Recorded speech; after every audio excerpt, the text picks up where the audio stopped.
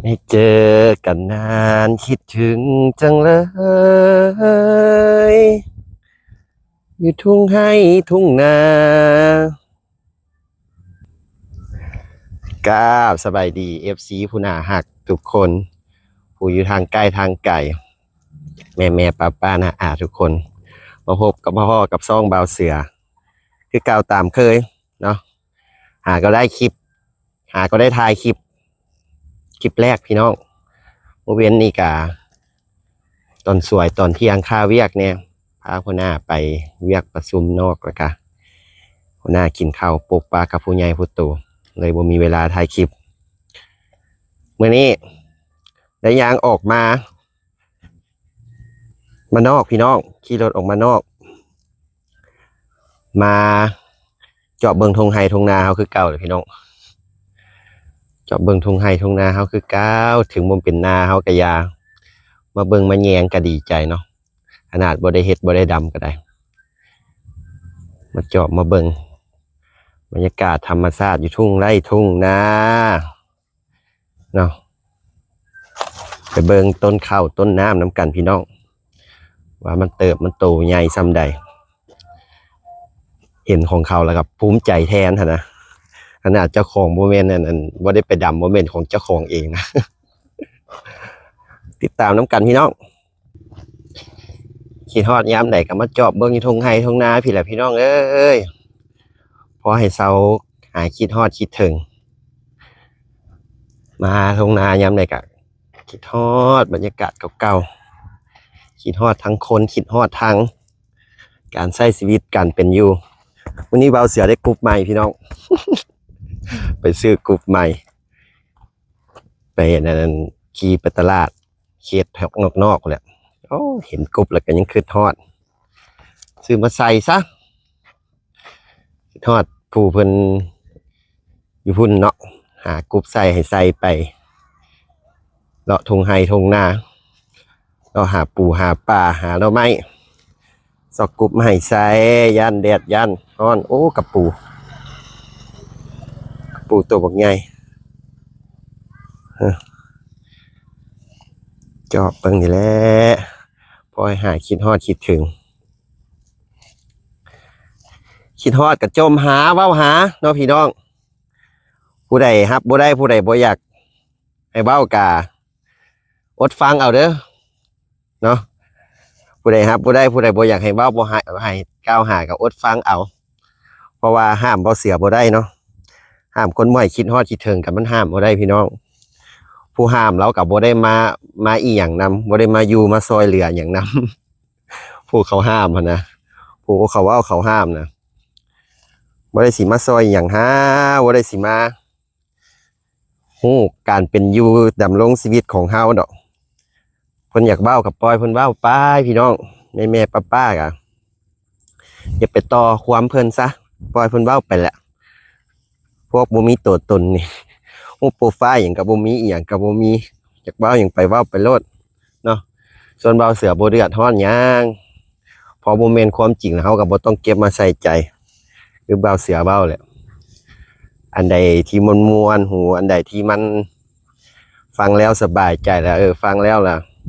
มีกำลังใจสู้ต่อไปกะเก็บมาเอาโอ้สะอ่อนต้นข้าวพี่น้องสิแม่นงามแท้งามบ่าพุ่นน่ะตะกะแตนกับบักกะลายเขียวงามลืมอยู่พี่น้องเข้าทางพุ่นก็สิงามแนวนี้บ่งามสุขใส่หูใส่ตาโอ้บรรยากาศได้ขนาดพี่น้องภูมิใจแทนเพิ่นเด้เข้าเพิ่นงามแนวนี้นะตะกะแตนก็หลายพุ่นน่ะแต่ภูมิใจของเห็นข้าวเพิ่นงามแนวนี้ขนาดเจ้าของบ่ได้ปลูกเลยอู้ตะกะแตนสอนตะกะแตนหลายแท้ว่างามบ่พี่น้องพุ่นน่ะเข้างามเนาะไม่เจอกันนานคิดถึงสวรรค์จังเลย คิดฮอดแกงหน่อไม้คิดฮอดต้มหอยคิดฮอดกินข้าวน้ำกันคิดฮอดตอนทอดไข่ใหม่ ตำบักทั่วเข้มๆอู้ตะกะเตนยังมาก้านเว้ยก็ก้านจังไดวะตะกะแตนนี่ว่าเต้นยุ่มยำยุ่มยำยุ่มยำอยู่ข้าวก็จะเป็นงามงามพี่น้องข้าวเพิ่นเขียวงามขนาดเลยสะอ่อนเพิ่นสิได้ข้าวลายแล้วพูดนะตะกะแตนก็เต้นยุ่มยำยุ่มยำยุ่มยำอยู่โอ้จะเป็นงามเด้ข้าวผู้ใดเด้เนาะงามคือข้าวอยู่ทางสวรรค์เขตบ่เนาะได้ข่าวว่าอยู่ทางสวรรค์เขตกะไก่ตาย5เบิดคอกเป็นตะอีตุนเนาะอีตุนขนาดเลี้ยงเทือสีใหญ่จังได้กับฝากเป็นกำลังใจให้เด้อสู้ต่อไปซอกเอาหยังมาปัวมานั่นมันอันไก่ตาย5ก็ได้ซอกยามาฆ่ามันมาน้ำฟ้าน้ำฝนได้พี่น้องก็เลยตาย5เนาะเห็นเพิ่นเบ้าเห็นคลิปกับอีตุนนะเพิ่นอยู่สู้ๆละอันนี้ก็เป็นกำลังใจให้เป็นกำลังใจให้กันทุกทีเพลงอย่างล่ะโมโห ห้องไปโลเลมีคนมาเสียเบาเสียโยเสียงเบาเสียเป็นตะห้องเพลงมวนเนาะบอลเลยห้องเพลงโมเป็นเลย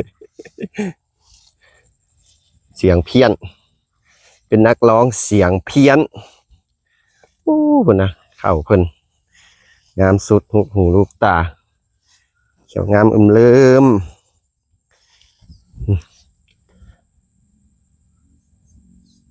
ทุ่งนาแสงน้ำนอง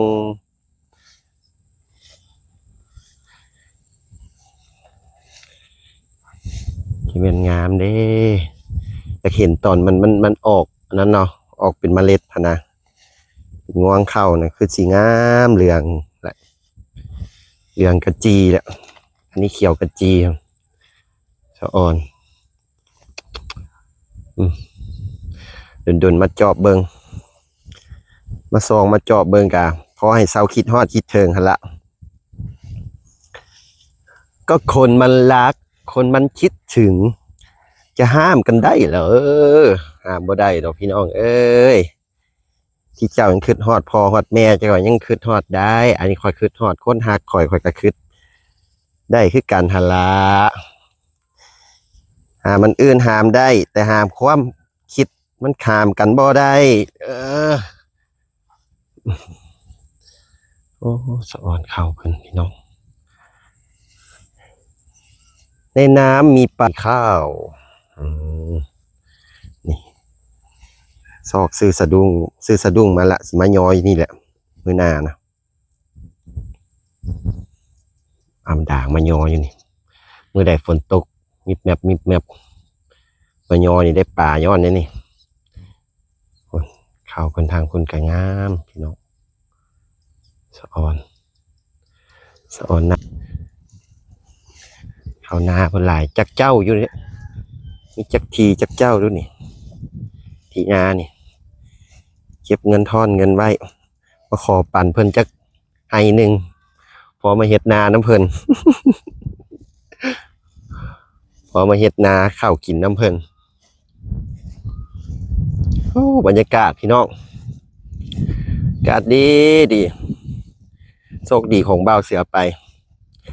ที่มาเจอมาพ่อบรรยากาศแล้วนี่ผู้บางคนเนาะแม่ป้าน้าอาผู้อยู่เมืองนอกเมืองนากะสิบ่ได้มาสัมผัสบรรยากาศแนวนี้โดนละขนาดบ่าวเสือยังขี่รถออกมานอกพี่ได้พี่ขี่รถออกมาเขตนอก10 ปลายก็ลักพุ่นละกับสาวลักจึงมาพ่อทงไห้ทงนา ถ่ายคลิปที่บ้านมันก็บ่มีดอกสิเป็นแนวนี้แต่ตึกของแถวตึกเต็มจีนเจินก็มาสร้างมาอยู่เต็มรถลากับรถติดบ่คืออยู่สวรรค์นะเขตได้เนาะพี่น้องโอ้ธรรมชาติยามหาอยู่หากินหายามเฮ็ดไร่เฮ็ดนาเฮ็ดอากาศธรรมชาติอยากกินหยังก็ได้กินขอแต่ดุแต่มันเท่านั้นแหละเนาะพี่น้องนาไห้นี่ครับตะกะแตนเต้นอยู่สะอ่อนป้านาเพิ่นตรงนี้เขียวงามเลย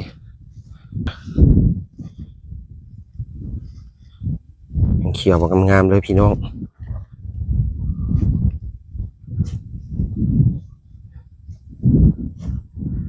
สะอ่อนเขานาไผ่นอคืองามแท้นอผู้ใดคิดฮอดคิดถึงเด้เลยจมหาเด้จามสะอ่อนนาเพิ่นเขียวงามโอ้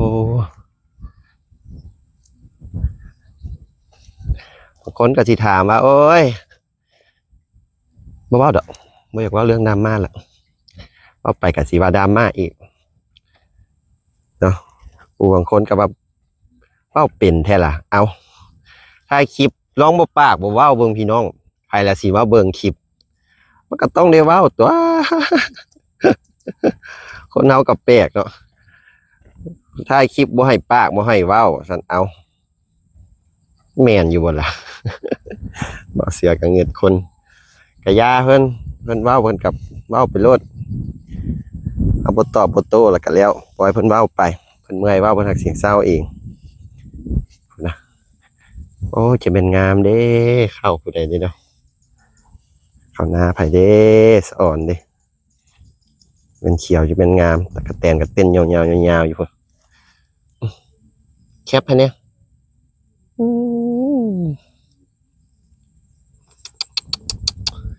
สะอ่อนนาสวรรณเขตก็เป็นแนวนี้แหละนาอยู่สวรรณเขตกันแนวนี้แหละพี่น้องนาปากกะลายนาเพิ่นก็ได้สุดใสหูสายตาเลยนาเพิ่นเข้าเพิ่นก็งามคือสีงามเขียวกึมลืมคือกันเนี่ยแต่ก็ออกห่วงเลยเนาะมอสิเกี่ยวโทรบอกเด้อสิไปเกี่ยวข้าวซอยพันยามเกี่ยวข้าวแล้วโทรบอกเด้อขับรถไปเองขับรถไปเกี่ยวข้าวซอย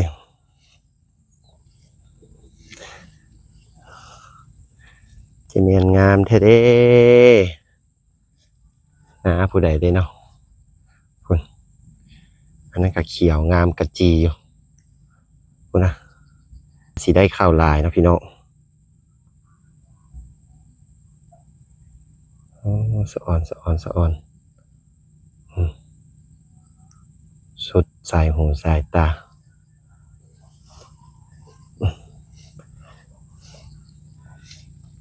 บางคนก็ว่าเบาเสียอย่าลืมใส่เกลือโปกเด้อ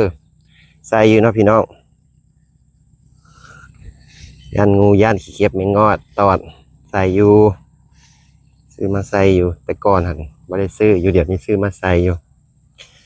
ใส่เกิบโบดใส่กรุ๊ปเดี๋ยวนี้คือว่าอีทางพุ่นแหละหามาให้ใส่นะพอเราดูหาหน่อหมอกหน่อไม้เพิ่นกระพาไปหาเนาะพอเราดูหาป่ายามตอกยามต้มเพิ่นกระพาไปหาอยู่หากินนะข้าวก่อนี่ก็เขียวงามแท้พี่น้องเขียวมีฮอดหอยน้ำพร้อมพุ่นนะเห็นหอยอยู่ว่าพี่น้องเลยบักใหญ่ในน้ำมีป่าในนามีข้าวและหอยต้นข้าวเพิ่นโอ้สะอ่อนเขียวงามเริ่มก่อนนี้ก็เฮงมากำงามโอ้หอยลายขนาดหน้าปลาโคมเนาะ ซื้อโคมมาไต้หอยไต้หาหอยหาปูสะอ่อนเข้านาเพิ่นงามพี่น้องเอ้ยมีอยู่ได้คุณหอยนะหอยจูบหอยอย่างก็มีพูดอันนี้ให้งวยบอกใหญ่ป้าเต็มอยู่โอ้อยากมาก้านเลยมาก้านมือแรงดีเนาะ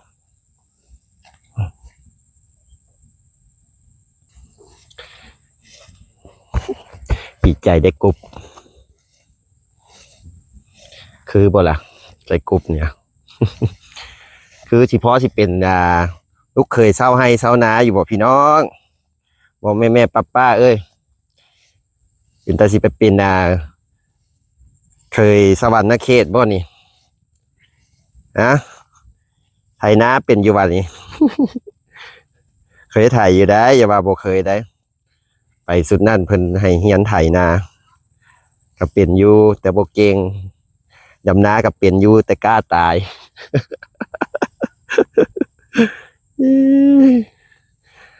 ดำเป็นอยู่แต่กล้าตายใครแต่มื้อนี้บรรยากาศมันบ่แดดปานใดเนาะ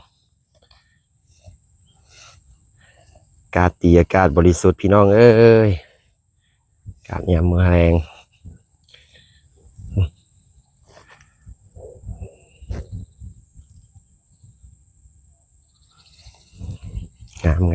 งามสะอ่อนต้นข้าวเพิ่น